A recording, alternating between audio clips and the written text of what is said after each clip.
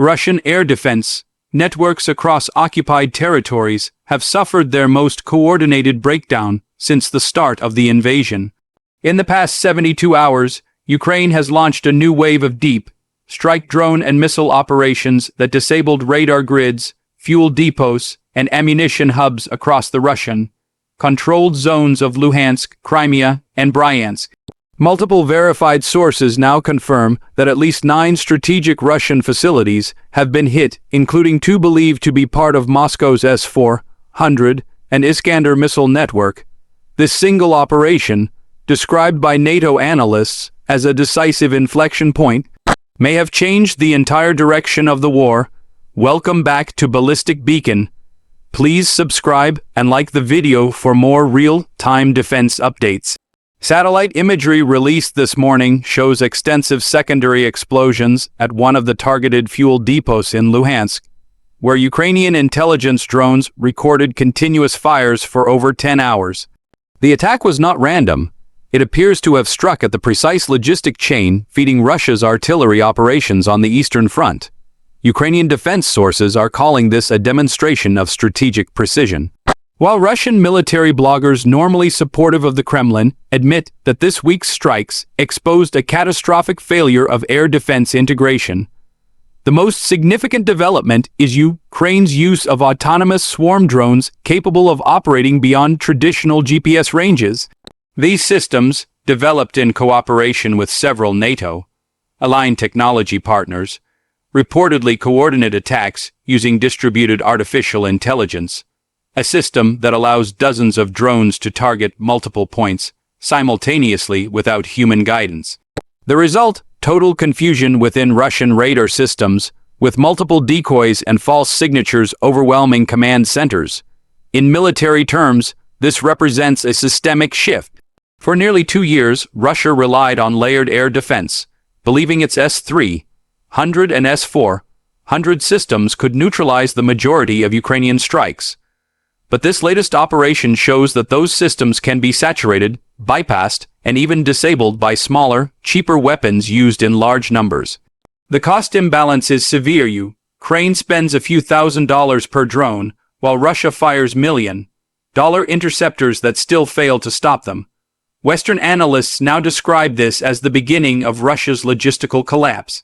The attacks did not just target ammunition storage. They struck transport links, rail junctions, and electronic warfare hubs.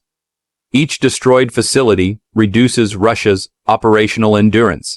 Within days, frontline units will begin to feel the shortage of artillery shells, lubricants, and spare parts. The Russian army's reliance on centralized depots means these hits ripple across the entire front, from Donetsk to Kherson. The psychological dimension cannot be understated.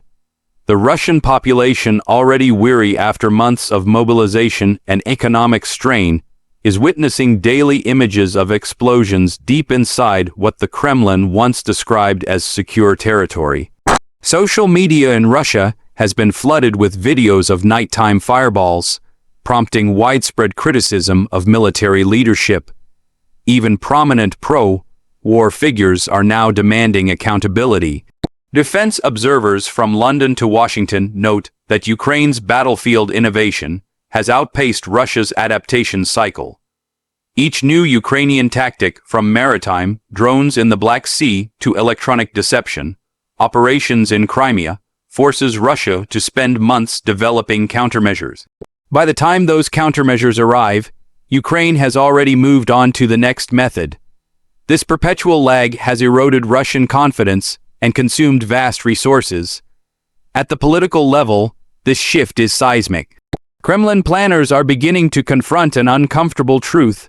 The war is no longer about territory, but about survival of strategic credibility. Russia entered the conflict claiming military dominance.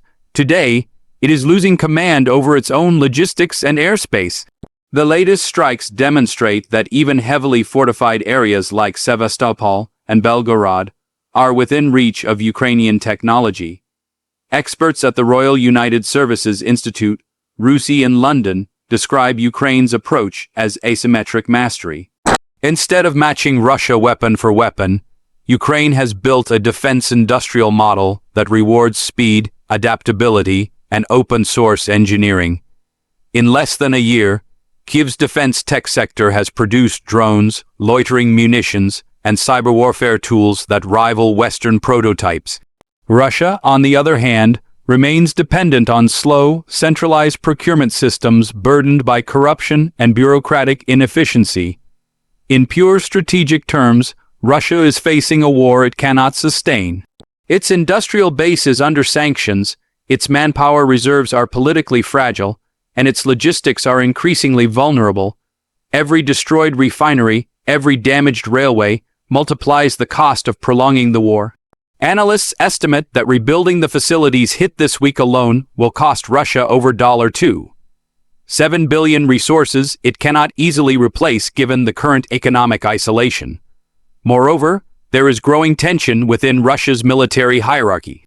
Field commanders complain that Moscow refuses to adapt tactics to new realities, insisting on massed artillery warfare, even as Ukraine's precision systems render those formations obsolete. Reports suggest that several officers in the Western Military District have been quietly reassigned following the failures in Bryansk. Such reshuffles rarely indicate stability, they signal desperation. The broader implication for global security is enormous.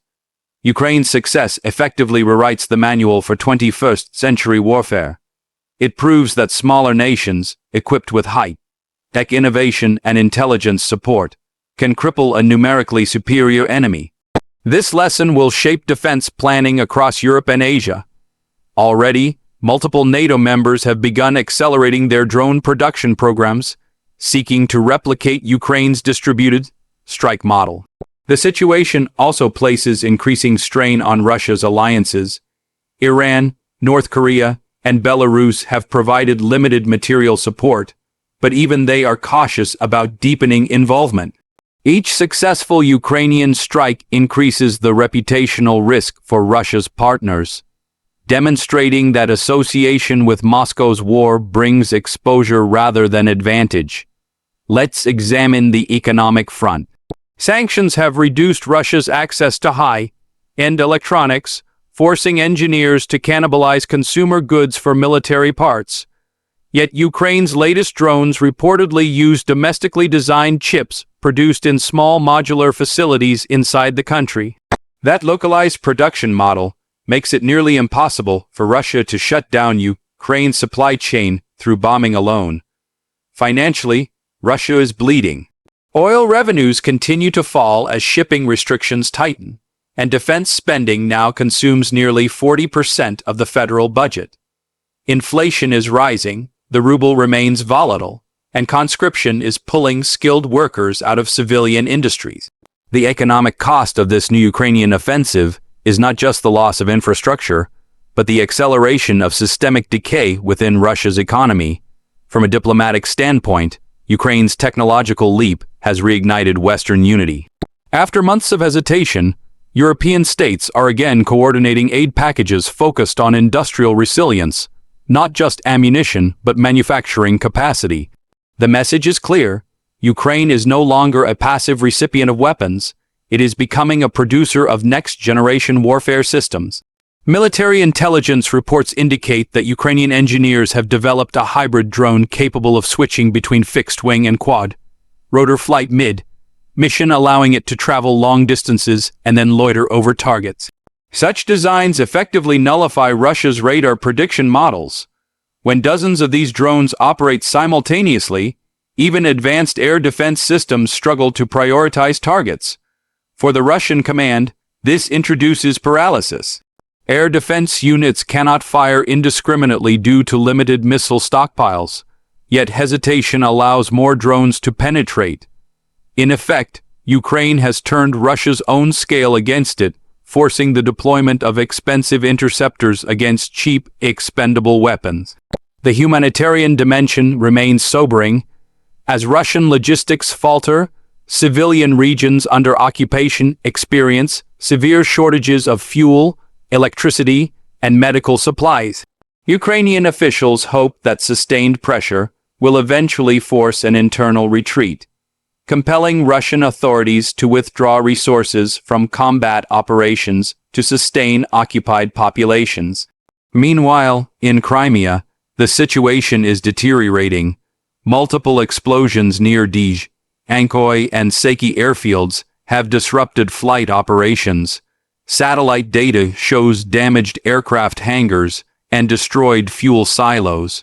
The once secure peninsula is now one of the most contested airspaces in the world. Russian tourists, once encouraged to visit, are reportedly fleeing in large numbers, signaling a complete loss of normalcy. The strategic message from Kyiv is unambiguous. Russia will never regain the dominance it once claimed. Every new Ukrainian innovation widens the gap between what Russia can defend and what it can replace. Even if Moscow manages to rebuild its damaged infrastructure, the technological advantage has already shifted. Recovery, in military terms, will not restore deterrence. Global reaction reflects this shift. Western capitals now treat Ukraine as a co-developer of modern warfare doctrine. Defense ministers in London, Warsaw, and Washington are integrating lessons from Ukraine's operations into their national strategies. This means the war's legacy will outlast the conflict itself, redefining how alliances fight, innovate, and sustain long campaigns. On Russian state television, propaganda remains defiant, but the tone has noticeably changed. Instead of promising rapid victory, commentators speak of strategic patience and long-term resistance. These are the phrases of a power acknowledging limits. They indicate a shift from offensive ambition to defensive endurance, a tacit admission that the initiative has passed to Ukraine. Ultimately, this war has entered a phase where information, innovation, and precision outweigh mass and momentum. Ukraine's latest strikes are not isolated victories. They mark the structural decline of Russia's military machine. Even if the front line stabilizes temporarily, the underlying balance of capability has shifted irrevocably. The coming months will reveal whether Russia can adapt or whether it will continue to bleed resources in a war it cannot win. But one conclusion is now difficult to escape. The myth of Russian invincibility has collapsed, replaced by the reality of a resilient, adaptive Ukrainian defense that has out-thought and out-fought its larger adversary. This is not the end of the conflict, but it is the beginning of a new era in modern warfare. Ukraine has changed how nations fight, how technology shapes the battlefield, and how smaller powers can defy empires through innovation. This is Ballistic Beacon, providing verified updates and grounded military analysis. Stay with us for continuing coverage as this story develops hour by hour.